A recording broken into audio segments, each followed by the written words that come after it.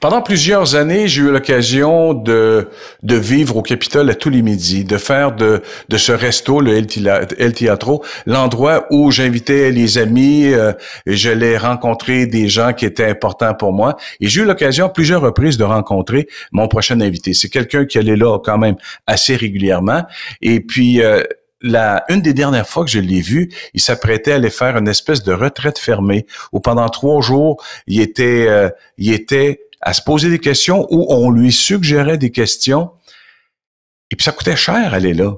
Pour pas parler, là, je trouvais qu'il était particulier. Et je lui ai dit, écoute, à ton retour, mettons, lundi ou mardi, est-ce que tu pourrais venir nous parler de cette rencontre, de ce week-end-là? Et c'est Rémi Tremblay qui, à partir de ce moment-là, est venu à quelques reprises dans l'émission du Retour juste pour le fun. Et au fil des rencontres, je me suis rendu compte que par sa présence, je vais être moins cabotin, je vais être moins rigolo. On était peut-être un peu moins dans le divertissement. Et puis le lendemain, il partait, puis c'était correct, je revenais niaiseux. Rémi Tremblay, salut! Hey, content d'être là. Ben, écoute, moi aussi, Rémi, quand tu es venu me raconter que tu avais fait ta retraite fermée et que le matin, on te posait la question, Rémi, qui es-tu? Et j'ai dit, est-ce qu'on le laissait ensemble dans l'émission? Ça peut être long, ça peut être plate, mais on va s'attaquer à l'être humain. On va s'attaquer à l'individu. On va s'attaquer à quelque chose où je vais rarement, parce que mon désir, c'était toujours de divertir. Et là, tu m'as demandé, Mario Grenier, qui es-tu? Et tout bonnement, j'ai donné mon adresse, puis où je vivais. Et là, tu m'as demandé, mais Mario, qui es-tu? À la 4e fois où tu m'as demandé qui es-tu, j'avais le sentiment que je passais aux douanes. J'avais le sentiment que ce que je te répondais, c'était pas assez. Jusqu'au moment où je me dévoile. Puis je raconte que j'étais le fils d'une maman qui était un peu déséquilibrée et que je retenais beaucoup plus de maman parce que l'équilibre, je suis pas ceinture noire là-dedans, c'est pas ma force. Et là, je me suis rendu compte qu'au fil des rencontres, t'es tellement intéressé par l'être humain. Ça cache quoi, ça, Rémi? Ben, ça cache peut-être le désir d'aller. Ça cache peut-être ma quête d'absolu. Parce que si je continuais à te poser la question, Mario, qui es-tu, peut-être pendant. Bon, dans ton cas, ça va sûrement être plus que 50 fois, mais bon. Disons que j'allais à 103 fois. Je pense que ce que je découvre avec cette question, c'est que on est très spécial, on est singulier, les êtres humains. On a des parcours très différents. Tu sais, chaque être humain est un mystère, donc il y a tout un mystère à découvrir, mais à la 103e question, probablement qu'on commencerait à découvrir que t'es en rien différent des autres, qu'on est tous, dans le fond, de l'énergie, de la bonté fondamentale, la vie traverse à travers nous. Et tout d'un coup, on rencontre ce qui est le plus universel, que dans le fond, on n'est pas séparé des autres, on n'est pas différent des autres. Et donc, je suis autant fasciné par la singularité de l'autre qu'appelé à rencontrer cet endroit où on est zéro différent les uns des autres. Par contre, je suis obligé de t'avouer qu'à la 8e reprise, je suis venu extrêmement ému. Je suis venu les genoux mous et j'avais l'impression que je pouvais plus me cacher. T'es pas obligé de te rendre à 103 fois. Et si on est honnête, et c'est ce qu'on avait suggéré, Rémi, aux gens qui nous écoutaient à la radio, de dire, écoutez, tantôt, vous allez être seul. Ça fera pas l'affaire de mes patrons, mais écoutez pas la radio. Fermez la radio et posez-vous la question, qui es-tu? Ça nous fait découvrir des choses où, souvent, on en connaît, Rémi, des gens qui s'apprécient selon le regard des autres, selon ce que les gens pensent qu'on est. Et est-ce que ça fait de Rémi Tremblay quelqu'un qui se pardonne facilement? Est-ce que c'est ça, pas la stratégie, mais la direction qu'on entreprend pour tenter d'être bien, pour tenter d'être vrai? C'est bizarre que tu me poses cette question-là maintenant parce que ma relation au pardon a beaucoup évolué dans les dernières années. Comme moi, j'étais quelqu'un qui se culpabilisait facilement, donc je me pardonnais aussi. Il fallait que je me pardonne. Pour moi, demander pardon, c'est facile. Me pardonner, c'était plus difficile, mais le seul élément du pardon qui me reste bizarrement, présentement, en tout cas à ce moment-ci, là, peut-être ça peut bouger, je continue à demander pardon parce que je me dis peut-être que l'autre s'est senti offensé. Mais moi, pour que le pardon, pour que ça demande le pardon, il faut qu'il y ait eu offense. Puis moi, ben, je me sens plus vraiment offensé. Puis quand moi, je fais un truc qui n'a pas d'allure, c'est pas une offense. Si j'avais pu autrement, j'aurais fait autrement. Je suis pas mal intentionné, l'autre non plus. Donc, tu sais, je prends beaucoup moins personnel, donc je me sens plus offensé, donc j'ai pas à pardonner à l'autre. Ça fait plus de sens pour moi pardonner à l'autre parce que ça voudrait dire que je me suis senti offensé. Puis même me pardonner à moi-même d'avoir fait quelque chose, ben tu sais, si j'avais pu autrement, j'aurais fait autrement. Alors, j'ai pas de pardon à m'offrir, mais la seule chose qui me reste pour l'instant, c'est demander pardon. Si l'autre, lui, il s'est senti offensé, ben je demande pardon. Ouais. Il y a une séquence dans ma vie où, quand t'es passé dans ma radio à Énergie, j'étais vraiment dans une séquence extrêmement populaire. Et à un moment donné, Yvon Deschamps doit être mon invité à 16h pour commencer l'émission. Et puis, il m'appelle à 10 minutes avant 16h pour me dire que t'es pour être en retard de 15-20 minutes. Tu sais, c'est le parrain de l'humour, là. À ce jour-là, il n'y a pas encore plus grand que lui. Et je lui dis, Yvon, vraiment, j'apprécie que tu m'appelles, mais tu sais, le téléjournal, là, il commence à 10h. Bernard de Rome n'arrive pas à 10h15. Alors, ce qu'on va faire, on va ramener ça, reporter ça, et tu viendras à un autre moment où tu pourras être là à 4h. Puis, il m'avait répondu, t'es sérieux? T'es en train de dire que le parrain, il peut pas arriver 15 minutes en retard? Et j'étais à ce point, pas arrogant, mais je me disais que mes auditeurs avaient le droit d'avoir le début d'émission qu'ils méritaient. Et puis j'avais dit la veille qu'Yvon Deschamps n'était pas être là. Alors on s'est pas reparlé. J'ai raccroché et j'ai fait quelque chose de différent. Je me suis retourné sur Saint-Dicenne. Quelques semaines après, c'est le gala des Oliviers à Montréal et je gagne l'Olivier de l'animateur humour au Québec. Yvon Deschamps est dans la salle, Rémi. Je veux pas qu'il me regarde. Je veux pas le croiser. Je veux pas le voir. Alors, je ramasse mon trophée, je fais mon remerciement, je m'en vais en coulisses, dans l'endroit où tout le monde prenait des photos. Et lui a quitté son siège pour venir me féliciter et pour me dire, je m'excuse de ne pas avoir été à l'heure la fois où je devais être dans ton émission. Et je me suis dit, la plus belle démonstration qu'on apprécie, qu'on aime, ça peut être de s'excuser. Évidemment, j'ai eu le pardon facile, mais c'est quelque chose qu'on a de la misère à vivre parce que maintenant, dans les nouvelles, tu sais, quand t'étais TQ, Rémi, là, ça existait, c'est un accident. Ça existe plus, c'est plus possible, c'est pas un accident, c'est la faute de quelqu'un. Et dans cet univers-là, comment tu nages là-dedans, toi? C'est la faute de quelqu'un?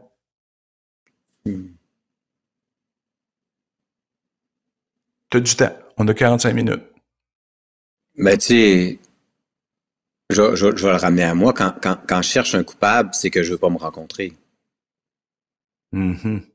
Dans le fond, je veux surtout pas rencontrer que j'ai contribué à quelque part à ça. Tu sais, on est tous un peu co-responsables de ce qui arrive autour de nous. Ouais.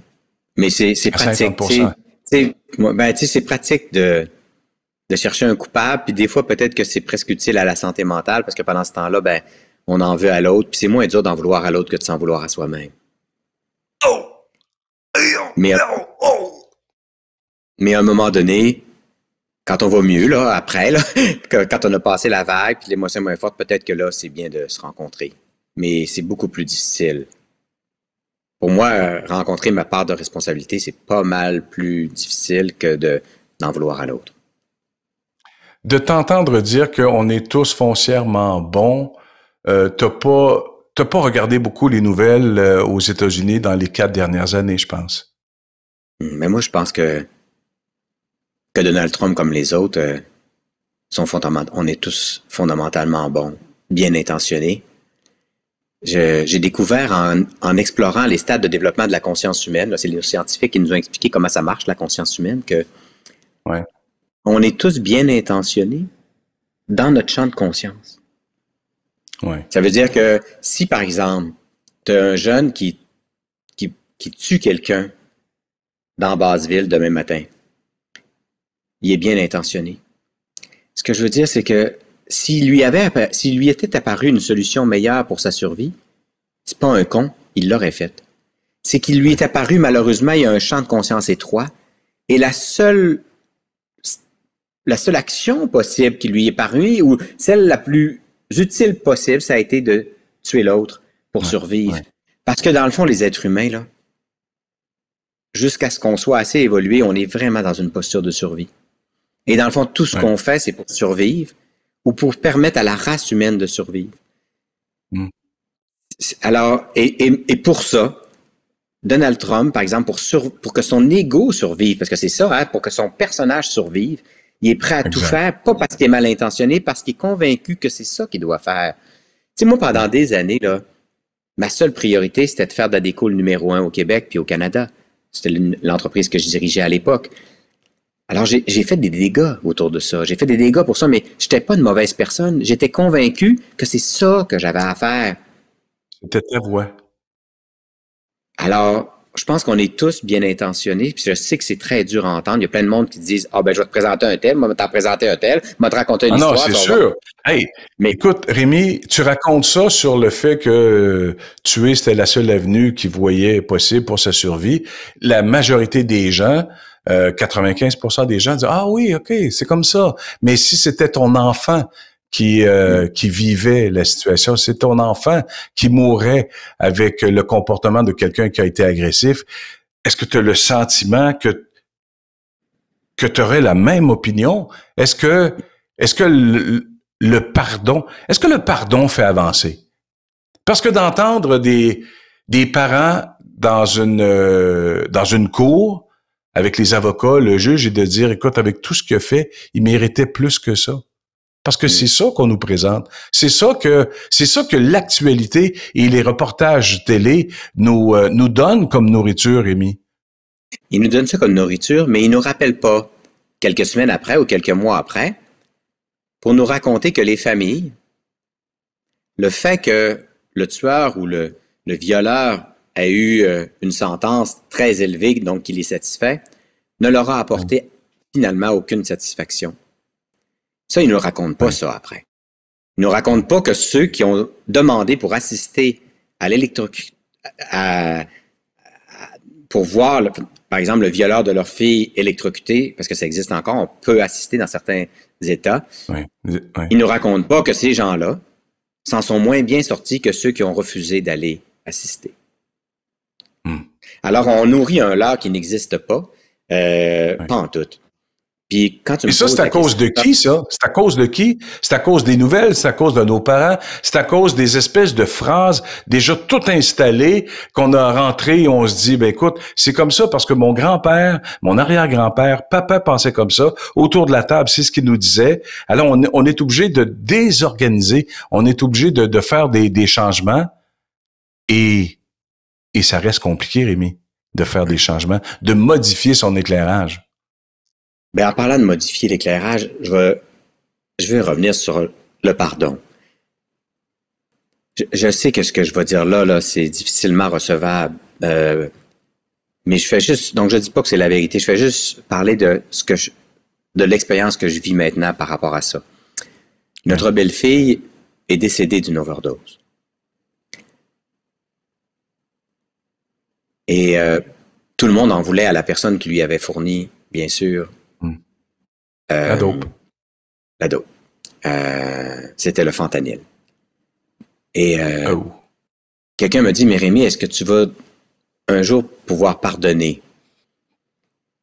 Mais j'ai dit, je peux pas pardonner parce qu'il n'y a pas eu offense. Ce que je veux dire, c'est que lui, il a juste fait ce qu'il pensait qu'il devait faire pour survivre dans son monde à lui. Alors, j'ai pas à lui pardonner. Ouais, c'est exactement. Alors, dans le fond, ça me ramène juste à moi. Est-ce que j'ai été assez présent auprès de ma belle-fille? Est-ce que j'ai été assez à l'écoute? Donc, je vais plutôt réfléchir à comment je peux être plus présent aux gens autour de moi. Parce qu'à chaque fois que je perds du temps à juger l'autre, c'est une façon de pas me rencontrer. Tu sais, lui, il a fait ça. Ben, moi, j'en fais bien d'autres des affaires qui n'ont pas d'allure. Fait que je suis mieux mettre mon attention sur les affaires que je fais qui n'ont pas d'allure que ce que l'autre a fait. Puis j'ai pas à y pardonner. Je veux dire, c'est... Je comprends. Est-ce que tu passes beaucoup de temps j'ai juste à l'aimer tenter... dans le fond tel quel. C'est encore Ouais, plus dur. et c'est là que ça devient Plus dur. compliqué. C'est là que tu perds des alliés, là. Oui. Est-ce que tu passes beaucoup de temps à changer le regard des autres pour que la vie soit plus agréable? Parce que je t'ai entendu faire une entrevue et la première question que tu posais à ton invité, c'était « Merci de nous permettre de ralentir ». Mais Rémi, ça n'existe pas dans la vie. Tout le monde va à 100 000 à l'heure. Tout le monde se retrouve à 120 dans une zone de 70. Et pour lancer ton entrevue, c'est « Merci de nous permettre de ralentir ». Et là, les gens se disent « Hey, wow! » Mais aussi qui veut aller avec ça. Et c'est extraordinaire faire ça. Ben, c'est la seule façon. Pour moi, on s'en va dans le mur si on prend pas le temps de ralentir. J'ai souvent entré dans le mur parce que j'allais trop vite. Alors moi, aller vite, j'adore ça. C'est le fun d'aller vite, mais c'est le fun aussi ralentir. Et quand tu parles tantôt de ce que les médias nous disent, là, on nous raconte qu'effectivement, tout va vite, sans arrêt, ça va vite, mais à la Maison des leaders, là, il y a plusieurs centaines de leaders. Et à chaque fois qu'on se voit, que ce soit en Zoom ou pas, ce sont des journées de ralentissement. La Maison des leaders, c'est un espace de ralentissement. Donc, ça existe. On n'en parle pas, mais ça existe. Et je peux te dire, là, on vit des journées en Zoom où on prend le temps de ralentir. Il y a beaucoup de silence. On s'écoute vraiment. On est vraiment là les uns pour les autres et on en redemande. Et ils ont dit, depuis qu'on a ces espaces de ralentissement dans nos vies, on est tellement plus utile et tellement plus intelligent dans l'action après, dans la vitesse. Donc, mais, ça existe. Rémi, c'est qu'on n'en parle pas. Ouais, mais tu crées des monstres. Tu crées des séparations, c'est sûr. Non, mais c'est sûr. Parce que tu rencontres des gens, tu leur dis de ralentir, mais les personnes avec qui ces gens-là passent leur vie, c'est leur blonde, c'est leur chum, c'est les enfants. Et à un moment donné, il faut être capable d'arriver à ce que tout le monde, ou à peu près tout le monde, soit au même diapason, de dire, écoute, ralentis, pose-toi les vraies questions, pardonne-toi. Et là, tu t'attaques aux colonnes du temple, là, parce que après Rémi, il y a la famille, il y a le travail. Est-ce que tout le monde est prêt à ralentir, Rémi? Est-ce que tout le monde est prêt à se dire, ben peut-être que j'étais dans le champ, peut-être que ce qu'il est en train de me raconter là, c'est ma nouvelle voix, et ça va faire en sorte que je vais être, c'est ce qu'on appelle, c'est une espèce d'expression qui est à la mode, une meilleure version de moi-même. Moi, tu sais, je veux pas, moi là, j'ai pas, ça fait des années que j'essaie plus d'influencer ou de vouloir changer ton ambition. Qui. Absolument pas du tout. Moi, ma seule job, c'est d'aimer, tu sais. Alors, pour te donner un exemple, ben oui, moi, j'ai appris à ralentir. Parce que moi, je veux plus passer à côté de ma vie. Je veux la savourer, la goûter, chacun des instants. Je suis avec toi, là. Je veux manger cet instant-là. Je suis heureux qu'il soit assez lent, notre instant, pour qu'on le savoure vraiment. Quand je mange un morceau de chocolat vite, je le goûte pas. Ben, je veux pas passer ma vie à pas la goûter, à pas être là. Et quand tu disais, moi, j'ai un chum qui, lui, il est tout le temps dans la vitesse, dans l'agitation, puis c'est merveilleux. Je ne demande pas de pas être ça, et j'adore ça, être avec lui, mais il me permet mes espaces de ralentissement. Puis moi, je veux... Ma relation au temps a changé dans ma vie depuis que j'ai appris à la savourer davantage, à ralentir davantage. Puis j'ai découvert, je me disais, mais comment ça se fait que j'avais tant de difficultés à ralentir avant? Ben, c'est parce que je voulais pas me rencontrer. Parce qu'il y a de fortes chances que... Qu'est-ce que tu as découvert? Mais qu'est-ce que tu as découvert en ralentissant? C'est quoi que ça a changé de Rémi Tremblay? Ben, j'ai découvert 2 champs. J'ai découvert à quel point j'avais pas d'allure. À quel point j'avais toujours les mêmes pensées, finalement, les mêmes ronrons sans arrêt. J'ai découvert à quel point j'accordais tellement d'importance à des choses qui importaient peu. À quel point je perdais mon temps sur des choses qui étaient pas importantes. Alors, j'ai découvert ça. J'ai découvert tout mon pas d'allure. C'est merveilleux parce que c'est pas grave de pas avoir d'allure, c'est de pas s'en rendre compte qui est le problème. Alors, là, maintenant, je le sais que j'ai pas d'allure, donc j'ai rencontré ça. Donc, c'est sûr que je voulais pas ralentir, je voulais pas rencontrer que j'avais pas d'allure puis que je me préoccupais de choses qui importaient peu. Et j'avais encore plus peur de rencontrer que j'étais capable d'être Ouais, Pas d'allure dans côté, quel sens? mais pas d'allure dans mon agitation intérieure, dans le fait que j'avais toujours... Tu sais, on dit que 75% de nos pensées sont toujours les mêmes. Puis, tu sais, dans le fond, j'ai réalisé à quel point je ronronnais, à quel point je perdais beaucoup mon temps sur des choses qui importaient peu, qui n'étaient pas importantes. Donc, il y a tout ce pan-là, du pas d'allure que j'ai découvert en moi. Quand tantôt tu disais, bon, l'énergie que je passais, par exemple, à chercher un coupable, ben tout ça, là, c'était tout mon pas d'allure que j'ai rencontré. Okay. Mais le plus intimidant, ça a été de rencontrer que j'étais capable de bonté, j'étais capable d'amour inconditionnel, que j'étais capable d'aller au-delà du pardon puis d'aimer l'agresseur tel qu'il est, de réaliser qu'il n'était pas différent de moi. Ça a été beaucoup plus intimidant à rencontrer. Mon père, il dit souvent « heureux les creux », tu sais. Fait que ralentir, se rencontrer... Le paradis est à eux. Ben oui, tu sais, c'est devenir conscient, puis devenir conscient, automatiquement, ça engendre une responsabilité, puis j'étais bien avant d'être conscient, là. Sais-tu quoi? Il y a des gens qui travaillent fort, il y a des gens qui prennent pas le temps de réfléchir parce que c'est trop troublant. Ça demande des changements, ça demande de se regarder dans le miroir. Et on se dit, bon, écoute, je vais passer ma fatigue physique, plutôt ma fatigue mentale en fatigue physique. C'est un exutoire, c'est bien. Mais toi, c'est pas le chemin que tu as choisi. C'est pas par le fait de courir 10 kilomètres, faire du tapis, faire des poids et haltères. C'est pas ça qui a fait que tu as changé. C'est le fait de t'être regardé, le fait de t'être questionné et d'avoir pris le temps d'avoir des mentors. Ils ont l'air de quoi, tes mentors, Rémi? Oh, ben ils sont des moines, des philosophes, des artistes, mon amoureux, mes fils, toi, je veux dire, toutes les personnes que je croise. Toutes les personnes que je croise sont une occasion de me rencontrer, puis de rencontrer l'humanité, l'homo sapiens, comment il fonctionne.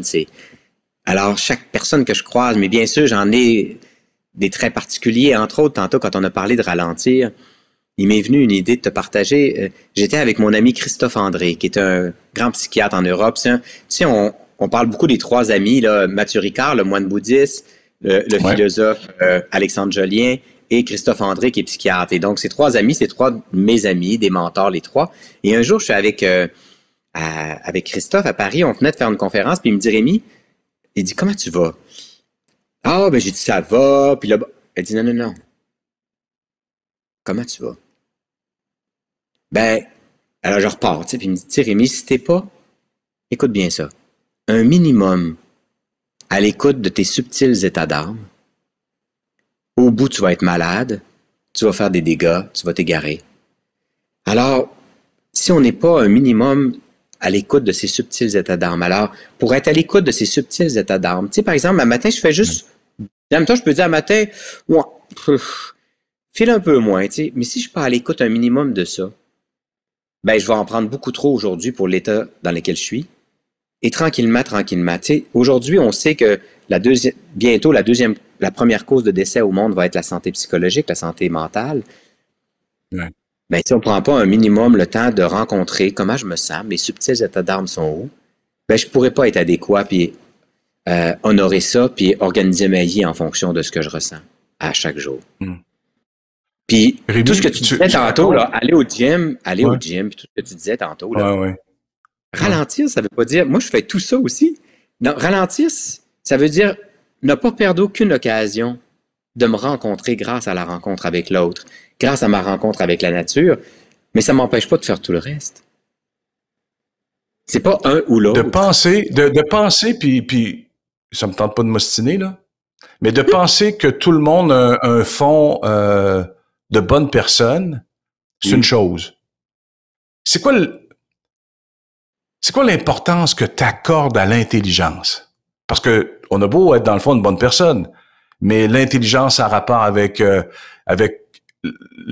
le fondement, le sous-sol de notre vie qui a été construit par l'amour de nos parents qui nous ont proposé une façon d'être, des écoles qu'on a fréquentées, des amis qu'on a fréquentés. C'est quoi l'importance que tu accordes à l'intelligence de l'être humain?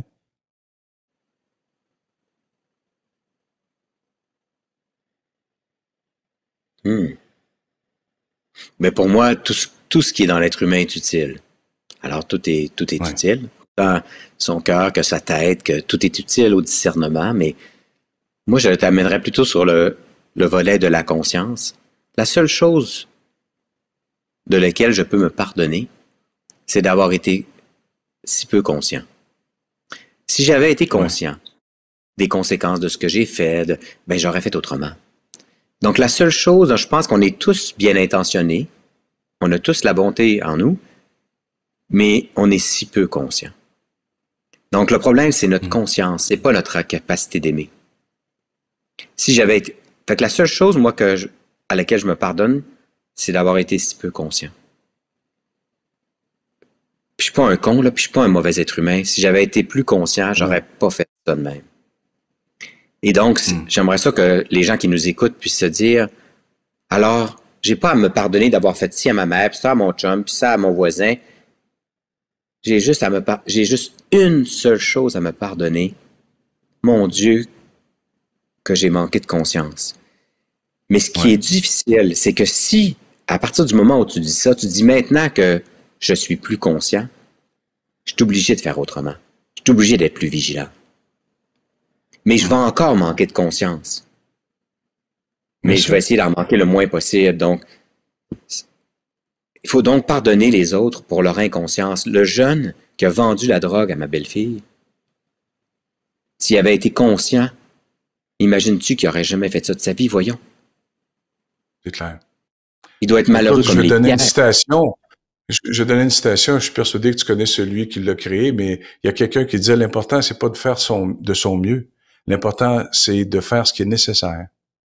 Et de faire ce qui est nécessaire, ça t'amène à dépasser le choix de l'action que tu vas entreprendre. Je pense, puis je veux pas rentrer dans ton champ de connaissances, mais je pense que c'est Churchill qui disait ça. Fais ce qui est nécessaire. Et si on arrive à penser à ça, à installer ça dans notre vie, est-ce que c'est le désir de bien du monde d'être une meilleure personne, Rémi Tremblay?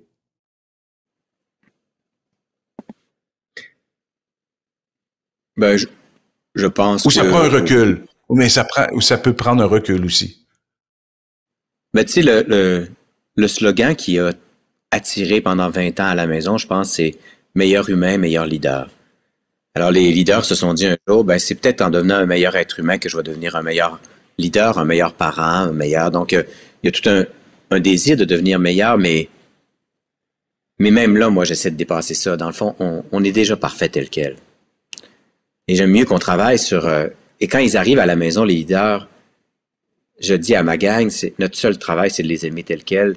C'est de ne pas travailler à ce qu'ils deviennent meilleurs, c'est de les aimer tels qu'ils sont. Et je découvre que c'est en s'accueillant tel quel puis en s'aimant tel quel qu'on devient meilleur. Bizarrement. C'est pas en cherchant à devenir meilleur. Rémi, j'ai grandi avec Bernardin. Bernardin, là, c'est papa. Bernardin a 84 ans. Et à peu près toute mon adolescence, il me parlait d'un vieux monsieur cochon qui vivait par chez nous dans les cantons de l'Est et qui était toujours avec des filles plus jeunes que lui. Et un jour, je l'ai appelé pour lui dire que je me séparais et que j'étais pour entreprendre une relation avec une fille qui était beaucoup plus jeune. Et puis, je me sentais mal. J'avais l'impression ou j'avais peur de créer un froid et de me faire dire t'es comme Monsieur Cochon dans les cantons de l'Est et puis mais pourquoi ça? T'es pas capable de rester et de continuer à conquérir la femme qui t'a permis d'avoir des enfants. Et une fois que c'était dit, puis il me dit ben écoute, ça changera en rien l'amour que j'ai pour toi. Ma peur, c'était de blesser. Tu as eu l'occasion de me raconter que dans la vie, tu as fait un choix. Le choix de quitter la mère de tes enfants pour aller vivre avec un homme. Quelle candeur! Quel questionnement! Mais aussi, quelle peur! Mais c'est une peur aussi. Je sais que vous étiez laissé avant. Je sais qu'il y avait une rupture avant. C'est ça l'histoire, je crois. Ben oui, mais moi, je savais pas non plus si j'allais me retrouver avec un homme ou une femme, parce que c'est pas la raison qui a été de notre séparation après 21 ans de grande passion amoureuse. Mais après, bien sûr, j'ai rencontré une fille, après ça, un gars, puis finalement, Jean. Et là, j'ai su que j'avais le goût de vieillir avec Jean, que je suis toujours avec lui après 15 ans, puis c'est avec lui que j'ai le goût de vieillir. Mais... Et là, écoute, Jean entre dans ta vie, c'est l'amour, c'est le coup de foudre, et tu dis, hey, les enfants, on fera un souper dimanche soir, pouvez-vous arriver vers 4h, 4h15? Papa, il y a quelque chose à vous annoncer. comment tu te prépares?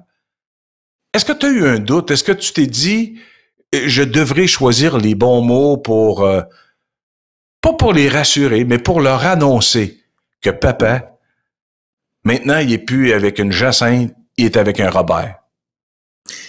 Moi, je suis un super grand naïf, tu sais. Oui. Puis la façon dont ça s'est passé, c'est plutôt le moment que j'ai choisi. J'étais avec eux au chalet de mes parents sur les Monts-Valais. On était en skidoo, puis je suis parti avec les 3 gars en skidoo. Puis à un moment donné, j'ai arrêté le skidoo sur la haut de la montagne, puis j'ai dit ah, les gars, j'ai vraiment hâte de vous raconter. J'ai quelque chose à vous dire. J'ai dit, je suis en amour. Ça faisait quand même des mois, c'est quand même longtemps qu'on s'était quittés, Sylvie et moi. Fait qu'ils ont dit, ah ouais, tu sais... J'ai dit, ouais, j'ai dit, je suis en amour, puis, mais cette fois-ci, c'était avec un gars, tu sais. Alors, il a fait comme... et là, le plus jeune, la première... Fait que là, les gros froids. Et là, le plus jeune, il regarde ses frères, il me regarde, puis il dit, ouais, puis... Wow. Wow. J'en revenais pas. Le deuxième, le plus vieux, Samuel, 10 minutes après, il me dit, est-ce qu'il est gentil pour toi, papa? Je dis, il est vraiment gentil. Ben, il dit correct. On arrive à la maison, notre troisième, celui du milieu, qui était quand même un joueur de football, pour lui, ça a été quand même quelque chose. Mais quand même, il me dit, tu sais, pas, là, on va rentrer dans le chalet, puis je sais que ça doit être dur pour toi de le dire à grand-papa et grand-maman, parce que je leur avais pas dit encore à mes parents. Puis il dit, mais tu aimerais-tu ça qu'on aille jouer dans le salon, mais qu'on soit pas loin quand même quand tu vas leur dire? Quelle preuve d'amour extraordinaire, Rémi. Pourquoi ça te fait encore pleurer après autant d'années? C'est la reconnaissance de l'amour qui te touche? C'est le passage plus facile qu'ils t'ont proposé? Voyons donc, c'est toi qui es supposé te brailler, c'est pas moi fatiguant. Mais pour moi, c'est la même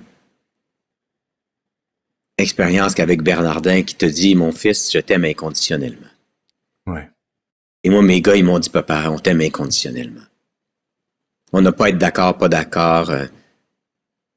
C'est l'amour. Pour moi, chaque fois que je ressens l'amour inconditionnel, ça me bouleverse. Ce que j'ai pas osé te dire, Rémi, tantôt, c'est ce que mon père m'a dit après que je lui ai annoncé la nouvelle que ma blonde avait 16 ans de différence avec moi. Dans un contexte où papa a aujourd'hui 84 ans, dans un contexte où mon père trouvait anormal les homosexuels, il me dit, Mario, tu m'aurais annoncé que tu pars avec un gars et je t'aurais aimé tout autant et j'aurais aimé le rencontrer rapidement. Et ça, écoute. Et tu sais, quand je te parlais tantôt du solage de notre vie, tu sais, si ça te fait encore pleurer aujourd'hui, 15 ans plus tard, ces enfants-là ont grandi avec un moment où ils ont eu le choix de dire « j'accompagne papa parce que je l'aime ou je le juge ». Puis mon père, ça me tente pas pantoute qu'il commence à mettre des bas avec des fleurs, puis qu'il y ait un petit foulard comme les... Non, mais tu comprends? Ouais. Et d'accepter que Rémi venait... Est-ce que Rémi venait de changer d'identité? Est-ce que le fait d'être maintenant gay, ça fait que tu as changé d'identité? Ben pour moi, j'étais toujours un papa tellement amoureux, tellement passionné. Ouais. Alors, dans le fond, le sujet de mon amour devenait pas si important que ce soit un gars, une fille, ou dans le fond, c'est, mon Dieu, on reconnaît papa tellement amoureux. J'ai aimé Sylvie comme un fou. Ouais. Alors, j'aime Jean comme un fou, alors je suis pas très différent. Tu sais qu'avec la vie que tu as, avec les rencontres que tu fais, avec l'influence que tu as de par ta pensée, de par tes paroles, on se dit, ça se peut pas. Il va avoir une mort atroce. il va mourir brûlé. Il faut qu'il y ait une justice sur la terre, là, tu comprends? Est-ce que tu es conscient? Puis à quelque part, je fais un peu partie de ta gang. À toutes les fois, je me lève, puis je suis encore en Floride au moment où on se parle. À tous les moments où je me lève, puis je regarde la température, puis je regarde le soleil, puis je regarde à quelle heure je joue au golf aujourd'hui, je suis comme encore un gamin qui apprécie et qui dit « Merci la vie », puis l'autre qui dit « Merci Jean-Paul », comme dans l'annonce. Est-ce que c'est important de rester un petit cul dans notre tête? Est-ce que, quand tu te fermes les yeux, est-ce que tu te vois encore en short et puis avec tes sandales de Jésus, pas de bas, qui court? Et puis, est-ce que tu es encore un gamin au fond de toi? Hey, là, maintenant, oui, mais je me suis égaré longtemps. J'ai été un grand pas mal longtemps. Ça prend des années de devenir jeune. Ouais. Et moi, là, je trouve que c'est merveilleux. Parce qu'on retrouve notre émerveillement. On retrouve un regard neuf sur la vie, sur l'autre, ah oui, moi, les gens me disent autour de moi, ils ont dit, Rémi, tu sais, t'as comme une joie naïve. Tu sais, quand on était jeune, on voyait des films, puis tu sais, là, il y avait comme des prêtres, feu, feu, joli feu, là, tu sais, là. Tu sais, on disait feu, feu, joli feu. On chantait ça d'ailleurs dans les scouts, tu sais, feu, feu, joli feu. Ben, des fois, je me sens un peu feu, feu, joli feu. Mais je fais pas l'économie de la souffrance. Ah. Je fais pas l'économie de la souffrance. J'ai 3 fils. Mais encore. Ça veut dire quoi, ça? Ben, c'est que comme j'aime beaucoup de monde, je souffre beaucoup. Ouais. Parce que beaucoup de monde, parce que tous les êtres humains, on côtoie la joie et la souffrance dans notre vie jusqu'à la fin. Alors moi, je vais continuer à côtoyer la souffrance et la joie toute ma vie. Mais aujourd'hui, je réalise que je sais que la joie cohabite avec la souffrance, je traverse la vie plus facilement, mais je fais pas l'économie de la souffrance. Rémi, il y a des gens qui disent au fil des ans, quand on pogne 50, 55, 60, je sais pas quel âge t'es rendu, là, mais on se dit, on va éliminer les suceux d'énergie, on va éliminer les gens toxiques, on va éliminer les gens qui font « Ouais, mais moi, là, ouais, mais toi, là, mais... » Est-ce que tu es capable aujourd'hui, à l'âge que tu as, avec la grandeur que tu as, d'éliminer des gens où tu t'es dit, ces gens-là, je les mérite pas, puis ils me méritent pas. Tu es capable de faire cette scission-là? Ben, je peux pas dire que c'est une question qui m'habite, là, tu sais, ouais. J'aime mieux penser que je veux pas choisir qui j'ai à aimer. Ouais. J'essaie d'aimer chaque personne qui se présente à moi, mais en même temps, je suis pas obligé de me tenir avec eux autres, tu sais. Mais quand je les croise, je veux pas changer de trottoir, je veux répondre à cet appel d'aimer les personnes qui passent dans ma vie, puis il y a peut-être quelque chose qui me dépasse, que je sais pas pourquoi, mais j'ai pas à savoir pourquoi, là, j'ai juste à aimer, c'est tout. Fait que je veux pas choisir qui j'ai à aimer, mais comme je te dis, j'essaie d'aimer chaque personne que je croise, mais je suis pas obligé de me tenir avec eux autres, tu sais. Puis de les rappeler pour faire un souper, là, tu sais. Non. Fait que oui, dans l'histoire de l'humanité, quelqu'un qui a inventé la phrase « Aimez-vous les uns les autres », c'est probablement la plus belle phrase qu'on a pu inventer. Puis il n'y a pas beaucoup de mots là-dedans, là, mais c'est extraordinaire. Mais on a fini par le crucifier. La phrase où quand il y a de l'homme, il y a de l'hommerie, toi, t'adhères pas. Toi, ça ne fait pas partie des phrases qui... Oui, tu es d'accord? Ben oui, je suis d'accord. Il y a des gens qui te déçoivent. Ben oui, l'hommerie, c'est l'inconscience. Alors, oui, je comprends. Ça m'arrive d'être inconscient puis de faire des dégâts, puis ça arrive à beaucoup de monde d'être inconscient puis de faire des dégâts. Alors, pour moi, l'hommerie, c'est l'inconscience. Alors, c'est sûr que notre travail, c'est marcher vers plus de conscience, tu sais. Oui, moi, je comprends. Il y a 1 an ou à peu près, Horacio Arruda racontait qu'il fallait mettre notre vie sur pause, qu'il fallait s'installer et de regarder autour de nous. Tu sais, quand je me promène, moi, là, dans mon petit patelin aux États-Unis, là, maintenant, parce que c'est légal ici aux États-Unis. Il y a des gens qui écrivent sur des pancartes comme en plastique avec 2 tiges d'aluminium pour entrer dans la pelouse. Il y a des gens qui disent, qui écrivent pour le lavage de vos vitres, appelez-nous, machin. Et depuis quelques semaines, Rémi, et c'est pas une caricature, c'est vrai, à peu près aux 2 coins de rue, il y a ce genre de panneau-là où c'est écrit « Divorce, 199 piastres ». Est-ce que les conséquences de ce qu'on vit, la conséquence d'être... le mot est exagéré, mais il y a plein de gens qui pensent qu'ils sont en prison. Comment tu vois l'après-pandémie, Rémi, dans le regard de ce que tu vois autour de toi? Ben écoute, moi c'est sûr, je suis aux premières loges de plein de monde qui ont des solutions merveilleuses, nouvelles. Puis en même temps, je vois un tel nombre de personnes qui veulent revenir à la normale, parce que c'était pas normal, notre façon de vivre, donc ils veulent revenir en arrière. Alors, qui va gagner? Un et l'autre, probablement. Mais moi, je veux faire le choix d'aller vers une vie nouvelle, meilleure, et de résister à toute tentation en moi de revenir à avant. Parce que c'était pas si merveilleux que ça avant, là. Et je crois qu'on pourra pas ne pas l'avoir vécu. Ça se peut pas qu'il reste pas une trace. Quelque chose. Oui, puis moi, tu sais, mon ami, on parlait tantôt de nos sages, mon ami le père Yves, il dit que, bien sûr, ce qui permet davantage de fleurir, c'est la marde dans le jardin. Hein, c'est la souffrance qu'on rencontre. Ouais. Ouais. Alors moi, pendant longtemps, j'essayais d'enlever... j'essayais de pelleter la marde dans le jardin de l'autre pour pas qu'il souffre, mais je l'empêchais de fleurir. Alors, pour moi, la COVID, c'est une occasion extraordinaire de se rencontrer. Oui, c'est souffrant, mais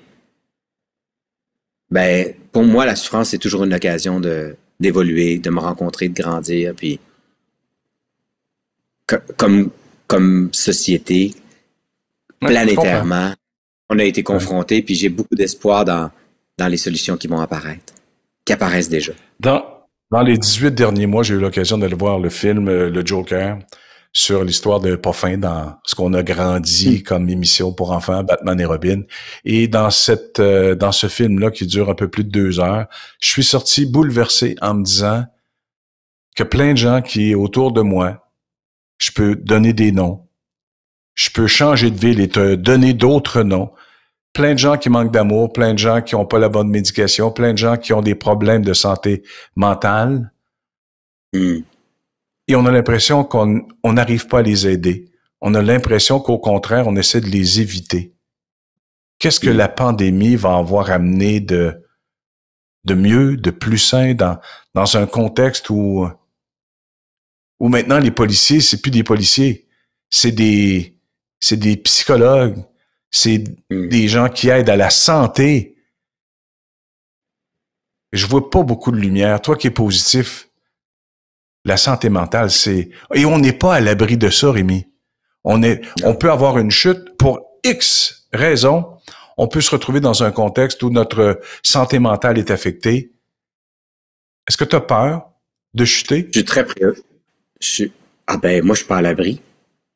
Comme personne. Non, je sais. Personne. Alors, ça demande une grande vigilance. On n'est pas du tout à l'abri de personne. Et il y a quand même plusieurs personnes autour de moi qui ont des soucis de santé mentale. Alors, je suis très, très, très, très sensible à ça. Je suis préoccupé. Ce que je sais par ailleurs, c'est que la conscience de l'Homo sapiens continue toujours d'évoluer depuis toujours et ça continue donc... je pense que je fais confiance, moi, à l'être humain parce que je sais que la conscience de l'Homo sapiens n'arrête pas d'évoluer. Et donc, ça me donne beaucoup de confiance, mais je sais que ce qu'on va traverser dans les prochaines années en termes de santé mentale, ça va être quelque chose. Et c'est pour ça que c'est urgent qu'on ralentisse pour rencontrer nos subtils états d'âme, pour pas se ramasser dans des problèmes de santé mentale. On va terminer, Rémi, avec une phrase que Coluche a sortie un jour dans sa vie et tu me ramèneras à moi quelque chose que tu penses qu'il y a un lien avec ça. Coluche a dit un jour, quand t'es mort, tu ne sais pas que t'es mort. Ça te fait pas de mal être mort. Mm. Mais pour les autres, c'est douloureux. Pour les autres, c'est dérangeant. Et avec les cons, c'est la même chose. Ils savent pas qu'ils sont cons. C'est pour les autres que c'est difficile. Qu'est-ce que tu as envie de me Alors, dire? ce que tu viens de dire, c'est, et si on remplaçait le mot con par inconscient? Il y a d'ailleurs con dedans. Ouais. Les inconscients. Dans le fond. Ouais, t'as raison. Mais c'est parce que tu sais, il y a une grande différence. Moi, ça change ma relation à l'autre. Si je t'ai trouvé con pendant l'entrevue, ce que ça éveille en moi, c'est pas la même chose que si je t'ai trouvé inconscient. Tu peux me donner le timing du moment où j'étais inconscient et où con?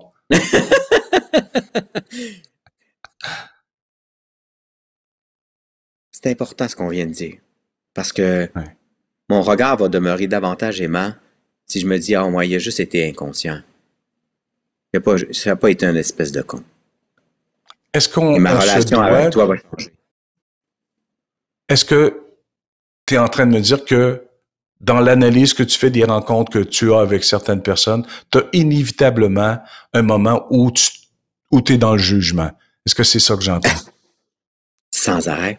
Très souvent. Sans arrêt. Mais la différence avec avant, c'est que avant, je m'en rendais pas compte. Après ça, je m'en rendais compte 3 semaines après. Après ça, je m'en rendais compte 1 heure après. Puis j'ai commencé à m'en rendre compte pendant. Puis des fois, je m'en rends compte avant de le dire. Yeah! Mais pas tout le temps. Tu sais où il va aller, hein? C'est ça. Écoute, on a fait des entrevues où ma job, c'était de divertir. Et plus ça va, plus j'ai envie de t'entendre, de nous proposer des choses qui font maintenant partie de tes priorités et de se dire, ben, si on a changé l'opinion d'une personne, on a perdu notre temps. C'est pas vrai. mais si on a changé, si ce n'était que les questions qu'on a à se poser et d'assumer les réponses qu'on va y découvrir, ben, on a fait 45 minutes bien tripantes, Rémi. Ben, moi, là, c'était juste un bonheur, une joie d'être avec toi. Merci beaucoup. Merci. On se dit à bientôt, Rémi. Rémi, le titre des podcasts, c'est Mario Grenier aime. Mario Grenier aime Rémi Tremblay. Salut. Oh, je t'aime aussi. Salut.